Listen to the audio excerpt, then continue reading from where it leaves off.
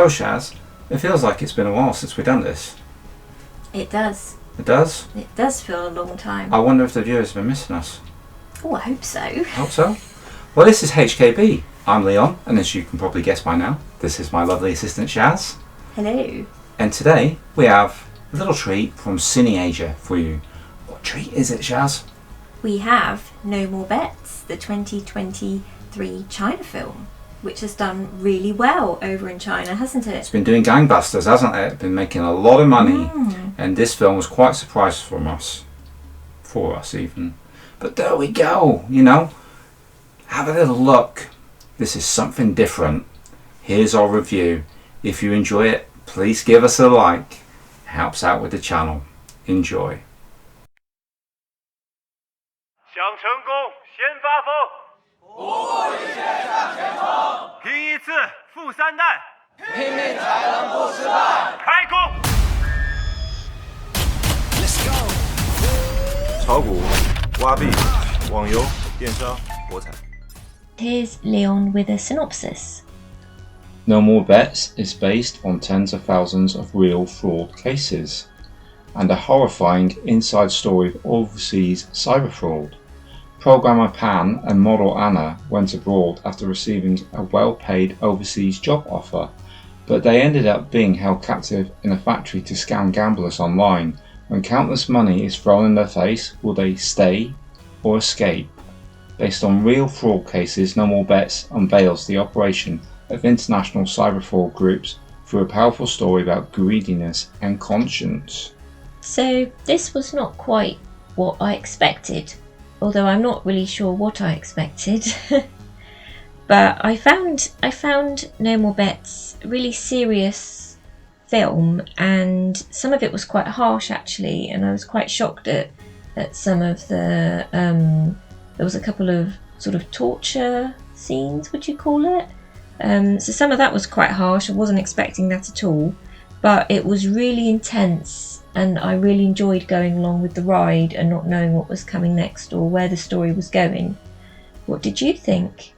Surprised me completely.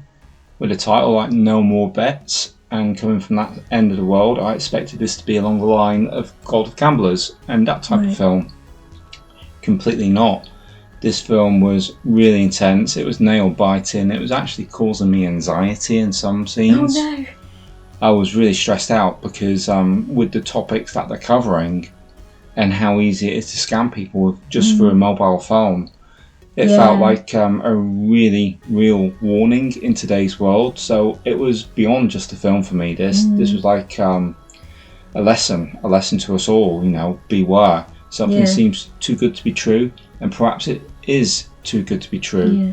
So I enjoyed this, but the tension levels raised really high, and I think that's down to good job by the director and good performances from the cast. A complete surprise, but very, very dark and not what I expected at all. So the main character, Pan, in the film, he's a bit of a computer expert, and he's played by the actor Zhong Yixing. And basically at the beginning of the film, he fails to get a job and he walks out because he thinks he had a better job offer, and he heads overseas to Singapore for this job, which turns out to be his biggest mistake. I thought the performance from him was quite good, and if his face seems familiar to you guys, you might have possibly seen him in Kung Fu Yoga with Jackie Chan. So he could be an upcoming actor. I think he's around about in his 30s now, and his performance was quite harrowing in this, I thought. He really went through the mill.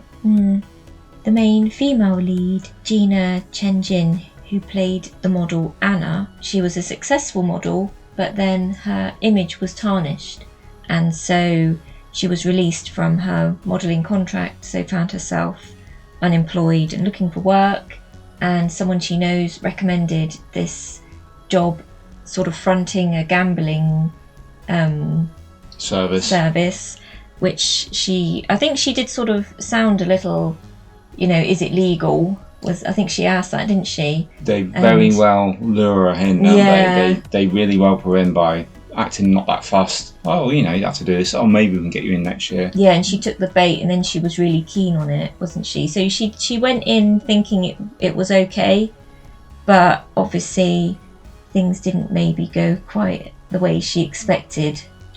Not at all.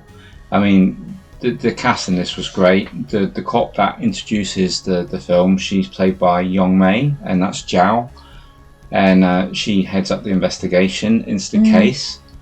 And then the main villain in it was played by Eric Wang. He played Lu, who was like running the whole gambling scheme and coercing everybody, and very, very menacing in it as well. Well, yes, he was a bit of a Jekyll and Hyde, because one minute he seemed to be the friend protecting people from his henchman Kai, and then the next minute he's suddenly got a nasty streak in him that I didn't think was there. So that was a shock. Yes, very nasty. And Kai, the character, he was played by Sonny Sun, and he seemed initially like he was the worst one. But you know, as the film goes along, you discover there's more depth to his character. And there was a couple of other good roles in this as well. There was Dawan Wang, and he played Tian, who was somebody who was getting roped along by Anna, and he ends up like gambling way much more than he can afford. And his girlfriend was played by Zhao Ye, and she looks like a bit of a young Zhongji Li, and she played the character Yu. And I'd say that with all these characters in this film and the drama, it's pretty tough stuff, wouldn't you say? Yeah, absolutely. Very tough, very intense. So, as for me, I would recommend this if you like a tense, taut, tight thriller, you know, with like strong overtones of drama, then this might be for you. If you don't like that sort of thing, if you don't like feeling like that, then perhaps not. I agree. I did enjoy the ride, and I did enjoy not knowing what was happening, you know, where it was going. But yeah, some scenes maybe would be a bit too harsh for some people. Indeed.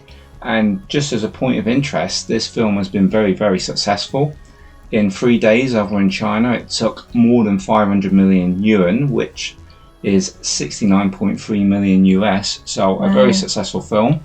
And let's hope you know, this one can make a bit of money over here in the UK via CineAsia. So that was fun, wasn't it? I think so. And No More Bets is at UK cinemas from the 8th of September. So if you go and see the film, let us know in the comments below what you think. We'd really be interested on some feedback on this one, because it was a big surprise to us, as you can tell from our review. A huge, great big thank you to the guys at CineAsia again.